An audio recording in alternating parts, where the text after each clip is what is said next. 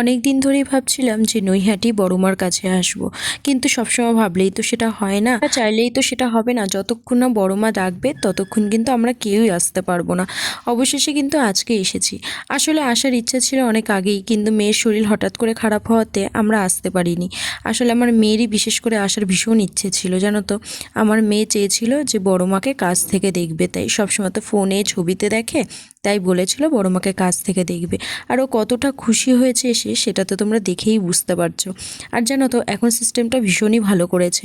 আর যেহেতু আজকে সোমবার ছিল তাই কিন্তু বেশি একটা ভিড়ও ছিল না, আর আগের মতো কিন্তু একদমও না। আগে যেমন বেশি সময় দাঁড়াতে দিত না, পুজো দিতে দিত না ঠিক মতো, শুধু তাড়িয়ে দিত, কিন্তু এখন কিন্তু শান্তিভাবে কিন্তু পুজো দেওয়া যায়।